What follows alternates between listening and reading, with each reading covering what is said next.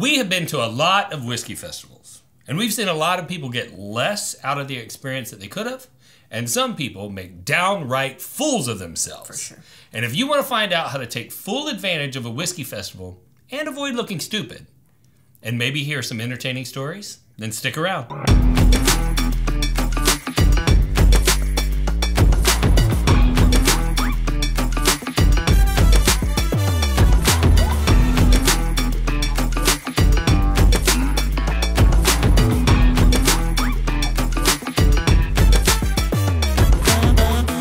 So before we get started, we should thank the Patreon supporters. Yes. Without patron support, this channel would not be able to continue. And many of you are out there watching it absolutely for free, and it's because the Patreons help to cover the cost of producing this content for you. And everyone's names that are on the screen right now are contributing at the top 3 tiers of the Patreon group. And if you want to hear more about how to support this channel and to keep it going in the future, you should stick around to the end. Yep. So, we have some tips for you. We do. And I must start off by saying that this is the first Bourbon Real Talk episode that was written exclusively by Pretty Girl. That's true. We went to an event and I was like, we have to talk about this. Yes. Because there were so many crazy things that happened that I was like, how do these people spend this much money at an event and have an experience like some of these people were having? So. Yes. So we go to a lot of whiskey festivals. We do. And as vendors and not as vendors, or volunteers. Or sometimes we volunteer, sometimes we're manning a table for the Prideful Goat. But very rarely is sometimes just we're manning a table for Bourbon Real Talk. Sure. But we go to a lot of these events. Yeah. And so what are the tips that you have for the people to get the most out of their experience? Okay, the first thing I thought that was super important, and not all events have this, but do VIP if you can, right? It's usually, you know, 20 bucks more, 30 bucks more. I mean, it is a more expensive ticket, but this gives you access to all of the vendors early. So if they have a special bottle they want to share, or you know, but it also it buys you extra time, right? The longer that you can be sipping your whiskey, the better, right? So you can kind of stretch it out over a longer period of time, was my thought. And that's the point of the VIP ticket, is that where people get themselves in trouble is they're trying to, it's like going to a buffet, right? Yeah. And you probably don't have the capacity to eat everything that's on the buffet. Sure. And if you try to, you're gonna have a negative experience. But what if you could stay at the buffet for longer? Right. And you might be able to fit a few extra things in that you otherwise might not have without making yourself sick. Sure. Right.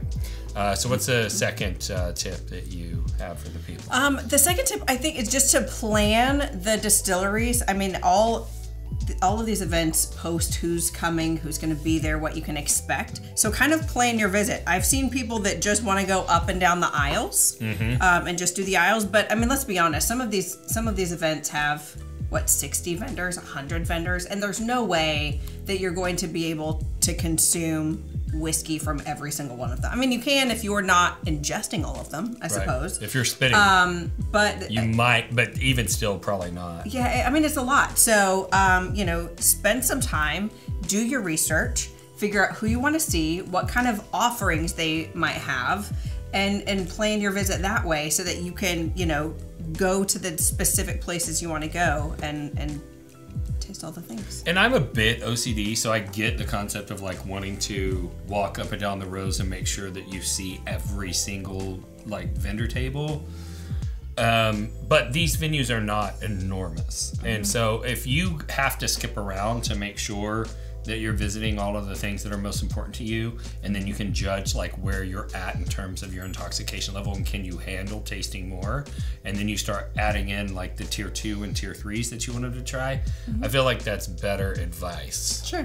Now, this is my favorite tip because I saw this in person and it was hilarious. So tell everybody what the next tip is. So this is actually, I've experienced this twice so far. But my tip is don't get sucked into the hype. Long lines don't necessarily mean there's a whiskey that you want to drink. So I'll start with the Houston Whiskey Social. So I was manning a table that had Bourbon Real Talk merch and Prideful Goat merch. Our lanyards were super, super popular at this particular event. So we had a line probably 20 plus people deep for a full 3 hours. And people would get up to the front and they're like, what you got? And I'm like, I got merch. And they're like, no, but what do you have to drink? And I'm like, I don't have anything to drink. I just have merch. And they're like, why have I been standing in this line this whole time? And I'm like, I don't know, bro. I'm not in charge of that. So people get very drawn into lines because they think that, you know, the line means that there's something good. Sometimes that is what that means. But the last event that we went to, we were next to a table. And this particular event put distilleries from the same distributor together. So we were next to a Japanese whiskey, and the sweet girl had 4 offerings, and it was just her pouring, and there were 30 people deep. So the line initially formed because it was the only Japanese whiskey table at the entire event initially. But she couldn't keep up. But what happens is that some people spend 0 time evaluating what the table has to offer and pick which tables to go to based on the lines alone. So I actually talked to the organizer, and he's like, I asked one of those people what they were in line for, and they didn't know. Yeah. But they were just in line for. So, you know, it goes back to our previous point. Plan it out. Just because there's a line. I mean, I don't necessarily really like Japanese whiskey. I wouldn't waste, especially with the amount of time you have at an event. If you don't know what you're drinking, why would you spend 45 minutes of your time waiting in one line? Yeah, for something you don't even know what it is. Yeah. Welcome back to Pretentious Whiskey Reviews. Today, we're evaluating the 1982 Pappy Van Winkle. Ooh. I'm detecting a hint of Bolivian virgin tears and East Indian, no, West Indian grasses. Yo, you don't need all that crap. All you need is an American whiskey aroma kit from bourbonrealtalk.com. Developing your palate is a learned skill. Over time, you can train your taste buds without being a douchebag. Get yours today at bourbonrealtalk.com. I'm also getting Indian nutmeg.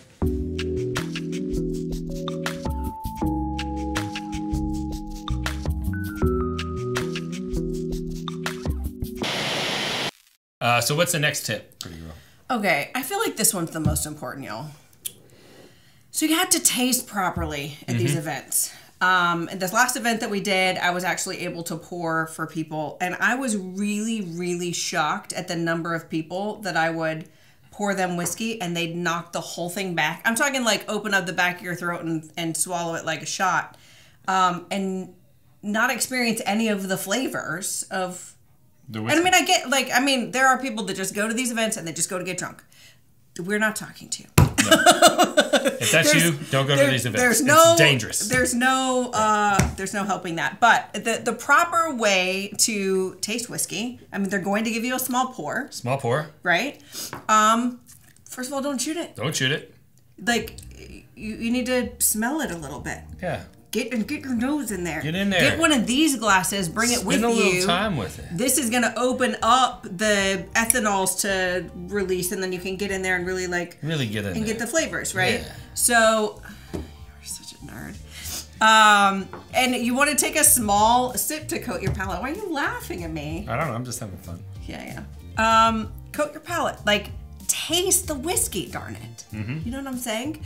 Once you've coated your palate, you can take a larger sip and then just kind of savor the flavor of the whiskey that you're sipping, right? Pay attention to the finish, the mid palate, everything. All of the things, Be intentional, yes. Be intentional about it. And every one of these tables will have a dump bucket, so that you don't have to drink everything that you're drinking you've been poured the whole time. It's recommended that you don't.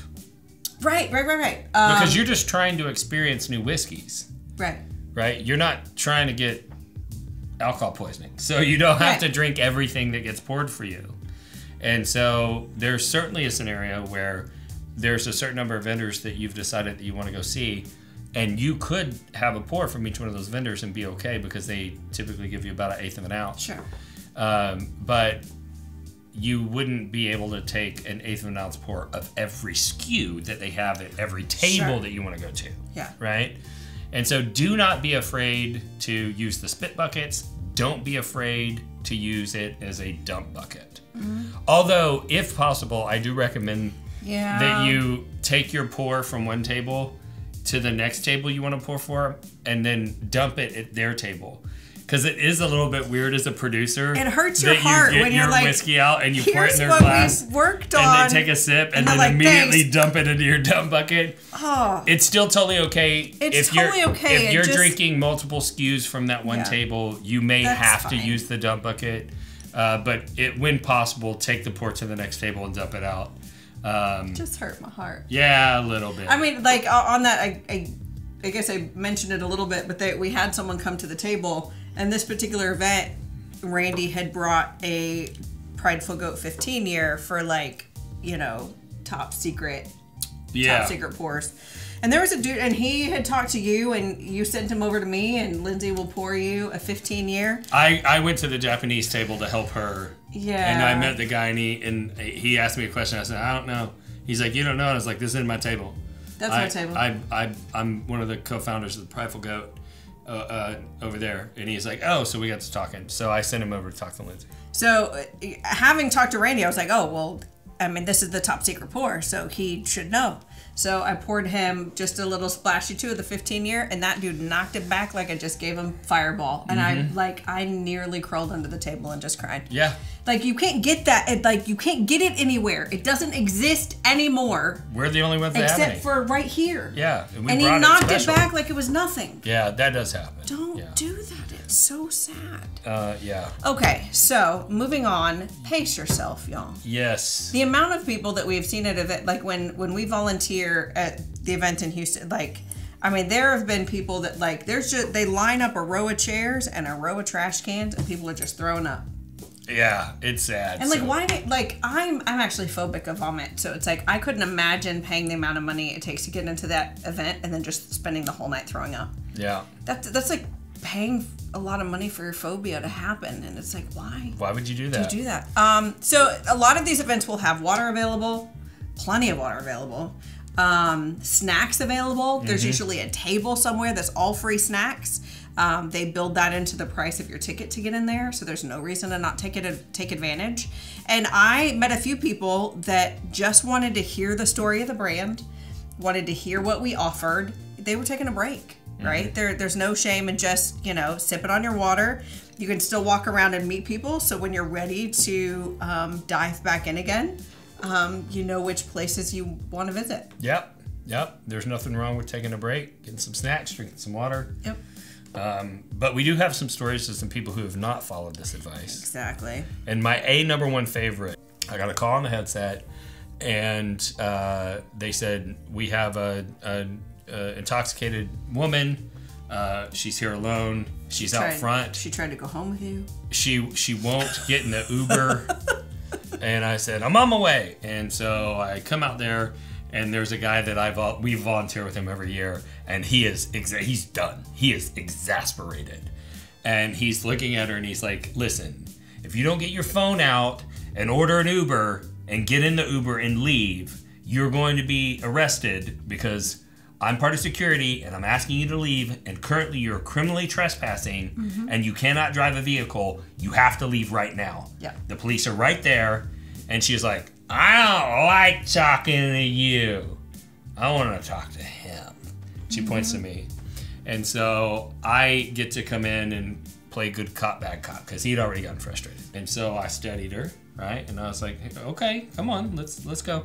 And so I'm holding her up, and I'm like, what's going on? And she says, well, I don't want to go home. I don't like my husband.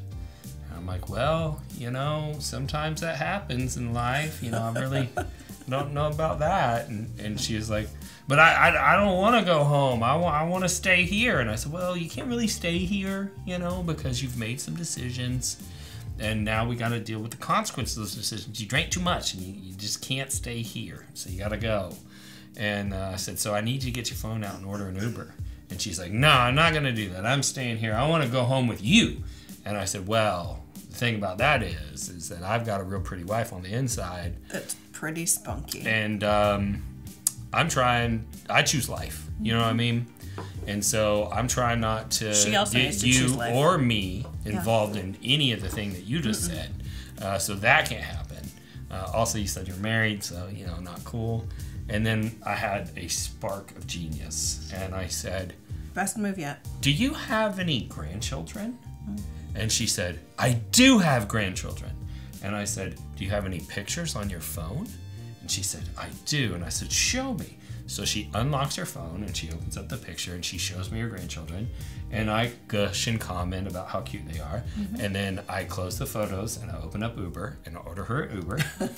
And I stand there with her while the Uber comes. And there's lots of Ubers in the area because they know the event's about to end. Yeah. And so the Uber gets there pretty quick. And I walk her over to the car and I said, okay, this is your ride home.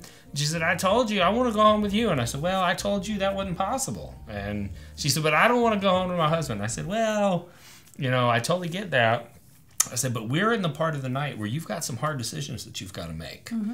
And I said, here's the thing. You've been asked to leave this venue, and we have the authority to do that. And that means that you're currently criminally trespassing, which is against the law. And you can't leave the property because if you did, you'd be drunk in public. Okay? And there's a police officer right over there. And so the reality of the situation is that you're going to be getting into a car, and you're going to ride with somebody. Now, you can get in this car and ride home and spend the night in your house. Or you can go get in that car over there and ride with the police officer to the precinct and you'll be arrested. So do you want to be arrested or do you want to go home? And she said, I'll get in the car.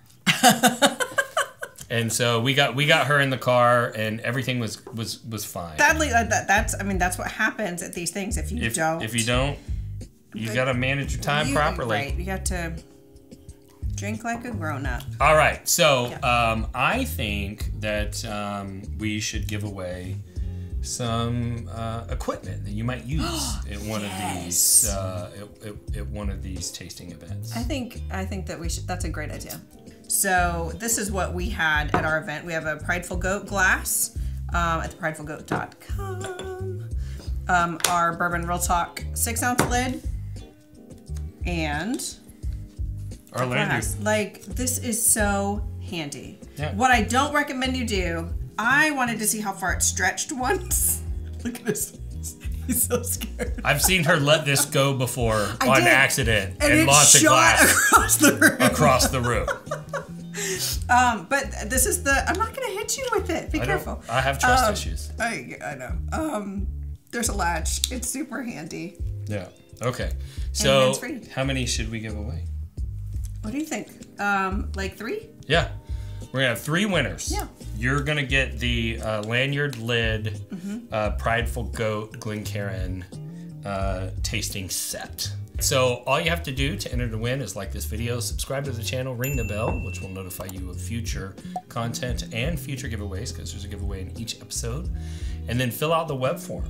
And that web form will allow us to get your information so we can run a randomizer. We will publicly post the results, reach out to the winner, get your mailing address, and send you out your lanyard set absolutely for free. And tell everybody how they can support the channel. Well, we do have a Patreon. We've got some awesome member benefits, including bonus content, special offers, distillery takeovers, monthly virtual bottle shares, in-person meetups, discounts on merch, and you have the satisfaction of knowing that you're supporting our channel and its mission. Yeah, and speaking of merch, Lindsay has developed a skill that I can bring a whiskey problem to her. I find things. And then she finds a solution for it. So she sourced all of these things. These lids, the lanyards, even this pin she sourced. And so we have a lot of really useful whiskey merchandise if you're a whiskey lover. And there's links for all of this in the video description below. And the last way that you could support us is by considering hiring us to service your real estate needs in the Dallas and Houston metro areas. I am a residential real estate agent, and Lindsay is my transaction coordinator. Among other things. My real estate business has always subsidized this channel. And so if you considered hiring us, that'd be a great way to show support. Also know that we give away epic bottles as closing gifts to those that found us through our whiskey endeavors. So keep that in mind. And if this is your first time tuning into the channel, we'd like to thank you for the view and let you know that we're all about bringing people together around whiskey. And that's because we lost my younger brother to suicide in 2014. And after his passing, I was looking to make some new connections in, my social life, and I saw how whiskey was bringing people together, and it made us realize that maybe if we can get you connected to whiskey, whiskey will do the rest of the job and help you to form those kinds of social connections that my brother was missing. And when you look into connection through an enthusiast community, you will see a downside, and that's what we call trolls. And there are some people out there that are very negative, and they show hate to strangers online. And those trolls taught us two things. One, we needed to start Bourbon Real Talk community, which we've done. It's a troll-free whiskey enthusiast forum, and you can go join right now on Facebook. It costs nothing. The second thing they taught us was if those individuals can hate strangers online, we can love online. And that is why we end every episode the same way, and that's this. If you woke up this morning and you're unsure whether or not anyone loved you, just know that we love you. We'll see you next time on Bourbon Real Talk. Cheers. What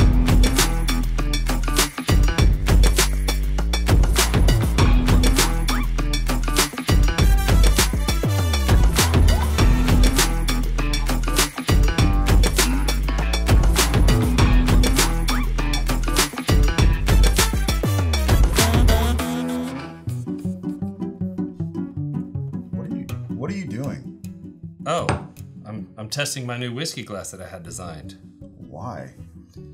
Well, there's a company out there that's a real Carin, and she threatened to sue us. Really? You don't say.